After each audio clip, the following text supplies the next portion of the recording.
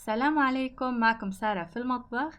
بعد نجاح فيديو خليط النحل بالشوكولا وتخطيه للمليونين مشاهدة بالعجينة الرائعة المحشية بالشوكولات دايبة، وتخطي فيديو خليط النحل بالجبنة كمان لمليون مشاهدة. بهالمناسبة قررت أعمل فيديو الثالث لخليط النحل بحشوة مميزة جدا. اليوم حنعمل خليط النحل بالفاهيتا مع صلصة الأفوكا، عجينة مميزة جدا. دايما بتبع على خليط النحل قطنية بامتياز، كتير كتير طرية وطيبة. العجينة لذيذة والحشوة ألذ. الحشوة جدا طيبة، حشوة الفاهيتا بطريقة مميزة وبهارات لذيذة. وكمان اللي كتير بضيف لمسة حلوة صلصة الأفوكا اللي حتنحط بنص خليط النحل. صلصة أفوكا دايما بعملها طبيعية من دون ملونات، تنفع للتغميس، كتير طيبة وكتير لذيذة مع الفاهيتا.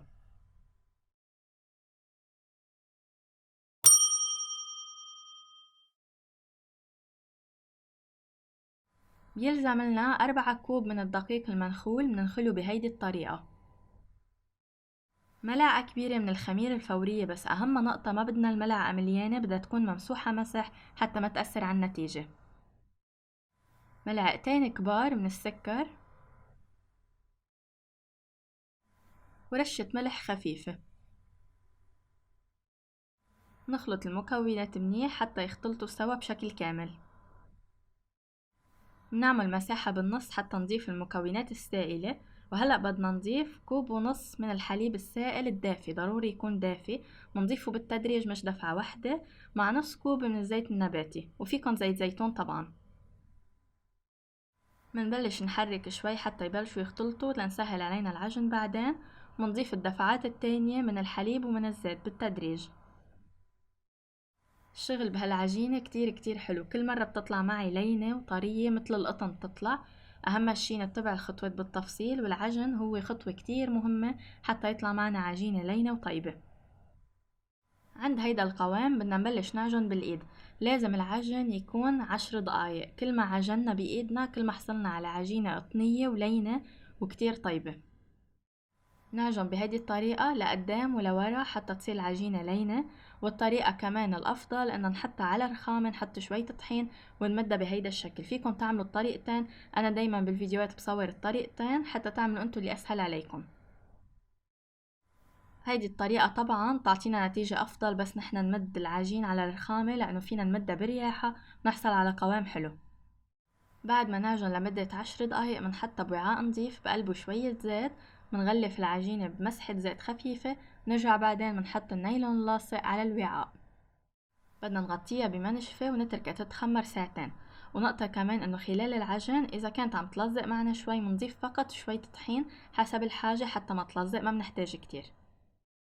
وهلأ لحشوة الفاهيتا منحمي شوية زيت بالمقلاية، منضيف عليهم 2 بصل مفروم ناعم. منقلي حتى يدبل عنا بشكل كامل. بس يدبل البصل بدنا نضيف عليه نصف كيلوغرام من صدر الدجاج المسحب، مقطعته لمكعبات صغيرة، لازم تكون صغيرة حتى تقعد معنا جوا الكرات.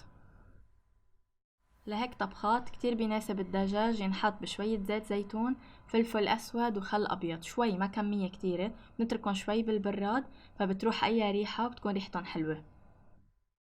طبعا منضيف الدجاج على المقلاية هي وحامية، مثل ما شايفين هيدا حجم المكعبات عنا، لازم يكون صغير مش كبير. منقليهم فقط لياخدوا شوية لون مش ليستووا.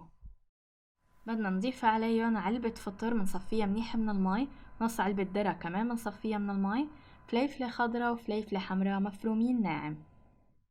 أهم نقطتين هون، ما بدنا مي زايدة، بدنا نصفي كل المي حتى ما تنزعلنا العجينة. وبدنا كل شي عنا يكون مفروم ناعم، ما بدنا أحجام كبيرة داخل الكرات. للبهارات بدنا نص ملعقة صغيرة من البابريكا، من الكمون، من الفلفل الأسود، وملعقة صغيرة من الأوريغانو. بدنا نضيف ملعقة صغيرة شوي مليانة من توم البودرة، والملح حسب التذوق والرغبة. بدنا نضيف عليهم 3 ملعقة كبار من الصويا صوص، بس دايما الصويا صوص بتضيف ملوحة، فخدوا بعين الاعتبار انه ما تكتروا كتير ملح حتى ما تطلع الطبخة مالحة. بدنا نغطي عليهم ونتركن على نار وسط، ما بدنا نار خفيفة، بدنا المية تروح عنا، المية الزايدة، وبدنا اياها تاخد لون لمدة 10 دقايق او حتى تضل الخضار عنا. منحط حشوة الفاهيتا على جنب، وبدنا نبلش هلأ بصلصة الأفوكا. بيلزم لنا 2 افوكادو لازم يكون كتير مستويين حتى ينفعوا لهي الصلصة. منقص الافوكا بهيدا الشكل بشكل دائري حواليها حتى نقدر نفتحها بسهولة. ما بدنا افوكا قاسية، بدنا اياها تكون كتير طرية. منشيل العجوة ونحتفظ فيها للعجوة ما منكبها. منبلش نفرغ الافوكا بالملعقة، وهون كمان ما في داعي كتير يطلع الشكل منيح معكن لأنه احنا بالنهاية بدنا نطحنها ما حنقدمها قطع. في حال كان في نقط بنية على الافوكا بتشيلوها بس تحتفظوا بالافوكا. مهم ما يكونوا كتير كتير واضحين وكتار، اذا قليل منا مشكلة بنقدر نحتفظ بباقي الافوكا. ونقطة مهمة انه هيدا الاخضر اللي بيضل لازم نشيله منيح لانه هو اللي بيعطي اللون الحلو للصلصة. منقطع الافوكا حتى تسهل علينا الطحن. عم بستعمل هون الهاند بلندر، الخلاط اليدوي.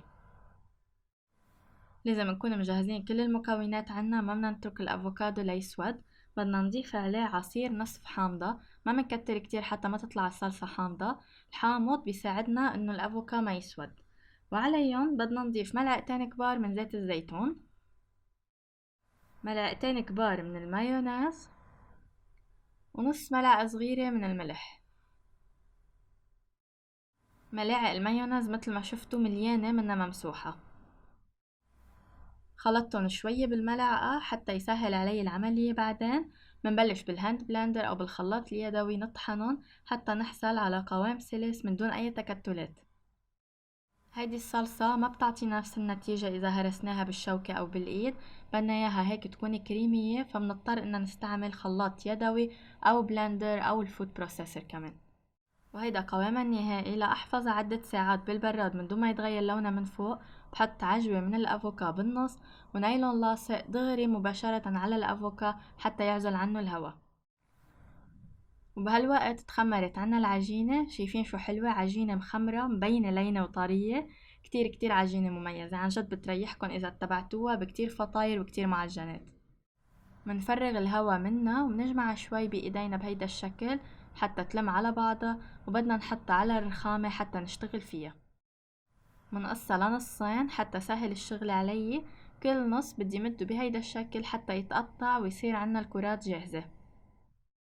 العجينة دغري لينة بين ايديكم، وطبعا دايما تقدروا تعرفوا العجينة شو ناقصها. اذا كانت شوي عم تعذبكم بتضيفوا لها شوية طحين شوي شوي مع عجن بتصير احسن. دايما العجن بيخلي قوام العجينة احسن وافضل. كل قطعة من اللي قطعناها بدنا شوي نكورها بايدينا حتى تصير دائرية، هيك بتصير سهلة انها تنمد بعدين بايدنا ونحشيها بسرعة. كل القطع اللي منخلصها منحطها تحت منشفة، ما منخليها معرضة للهواء حتى ما تنشف عنا. حشوة الفاهيتا صار جاهزة نحشي فيها. لازم تكون منا سخنة وما لازم يكون فيها مي فائض حتى ما ينزعلنا العجينة. كل كرة عملناها بدنا نمدها بشكل بسيط بإيدينا بهيدا الشكل. هي كتير لينة ودغري حتنمد. نحشيها بشوية جبنة موتزاريلا، وفوق الجبنة بدنا نحط حشوة الفاهيتا. فيكن تكتروا من حشوة الفاهيتا بشرط انه ما تكون عم تنزع شكل الكرة وتكون عم تسكر عنا بشكل منيح. وبهيدا الشكل منسكرها منيح، ما بدنا اي شي مفتوح يطلع منه حشوة. بدنا اياها تكون مسكرة ودائرية بهيدا الشكل. شكلها كتير حلو وجاهزة لتنحط بالصينية. حنعمل قطعة تانية كمان منمدها بايدينا بشكل بسيط بهيدا الشكل. الجهة يلي ملسة اكتر منخليها هي من برا كرمال تسكر وتعطينا شكل حلو للعجينة. كمان منحط جبنة الموتزاريلا وحشوة الفاهيتا. نضغط بإيدنا بهيدا الشكل فبتصير بتاخد شكلها من تحت دغري بتنحط معنا الحشوة بسهولة. أهم شي بس بدنا نمدها بإيدينا بهيدا الشكل، ما كتير نرققها. بدنا إياها كمان تكون قوامها حلو حتى تعطينا قوام العجينة القطنية الحلو. منسكرها منيح منيح، منكورها متل ما عملنا باللي قبلها، ومنكمل على كل القطع اللي عنا بنفس الشكل. وهلأ لنحضر الصينية بدنا ندهنها بشوية زيت. بدنا نحط الكاسة، أي كاسة زجاجية بتحمل الفرن عنا. نفس الكاسة كمان بدنا نحط الصلصة، فمنحطها بهيدا الشكل ومنشكل خليط النحل على أساسها. والكاسة كمان نمسحها بمسحة زيت خفيفة حتى تكون العجينة جنبها ما تلزق وما تعذبنا. ما منبعد الكرات كتير عن بعض، بالعكس شكلهم حلو بس يكونوا فايتين ببعضهم. منغطي على الصينية وبدنا نتركها 30 دقيقة حتى يتضاعفوا بالحجم ويتخمروا شوي. لدهن الوجه بدنا بيضة وملعقتين كبار من الحليب السائل، نخلطن كتير منيح سوا، بدنا ندهن فيهم الوجه. وبعد 30 دقيقة صارت العجينة جاهزة عنا، مثل ما شايفين شكلها كتير حلو، وهيك حلو انها تكون فايتة ببعضها، عاطية شكل بجنن وكتير مرتب. بندهن الوجه بخليط البيض والحليب اللي عملناه، بيعطي طراوة، ما بيخلي الوجه ينشف، وما تاكلوا هم ابدا ما بتطلع طعمة البيض. واخر خطوة هي انه بدنا نحط السمسم على الوجه، مثل سمون الفاهيتا اللي بيكون السمسم عليه كتير، فبدنا نكتر سمسم، ما تخلوه خفيف، خلوه على كل جهات العجينة من فوق. بهيدي المرحلة نحن بنكون بلشنا نحمي الفرن، لازم يتحمل الفرن منيح للعجينة، لازم يكون حامي ليعطينا عجينة طرية، إذا ما كان حامي بتطلع العجينة قاسية وطعمها منه طيب. فمنحميه منيح، أنا بحميه لمدة 10 دقايق على درجة حرارة 200، منفوتها بالرف الأوسط، فيكن رف واحد تحت الأوسط كمان. النار من الأسفل بتكون، ما بدنا نار من فوق، مدة 10 دقايق إلى 15 دقيقة، أكتر شي بتاخد 20 دقيقة، بس ما بفضل كمان تاخد 20، تاخد بين 10 دقايق و15 دقيقة ممتاز. مجرد ما أخدت لون عنا من تحت، نرجع منطلعها لفوق، منحميها بالفرن من فوق حتى تتحمر عنا وتاخد لون ذهبي بهيدا الشكل.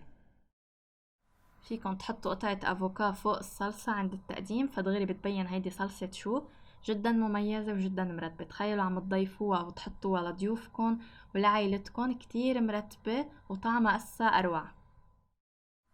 مثل ما شايفين هالعجينة رائعة، هيدي تالت فيديو بحط فيه هيدي العجينة، وكل مرة النتيجة أحلى من التانية. العجينة كتير طيبة، بتبيض الوش فعلا، ومثل ما شفتوا مكوناتها منا معقدة وطريقتها كمان منا معقدة، بس العجن والحرارة شيء أساسي جدا ليعطينا هالعجينة الحلوة. شايفين الحشوة من جوا لونها حلو، مدعومة منا قليلة كمان، حلو تكون الحشوة من جوا مدعومة. شفتوا وجود الجبنة بيعطينا لمسة كتير حلوة وكتير طيبة على الكرات.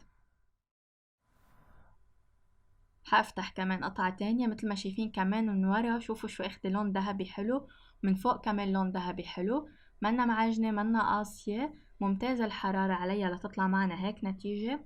تقيدوا بالخطوات، مشوا خطوة خطوة بهيدي العجينة، من أول ما نبلش فيها لحتى نخبزها مع الحرارة مع كل التفاصيل، بتحصل إن شاء الله على نتيجة كتير حلوة وطعم كتير طيب. إن شاء الله تكون الوصفة نالت إعجابكم. هون بنكون خلصنا الفيديو، ما تنسوا تعطوني رأيكم فيها، وإن شاء الله بس تجربوها كتير حتعجبكم، خاصة مع صلصة التغميس اللذيذة، فعلا وصفة بتبيض الوجه. صحتين وهنا.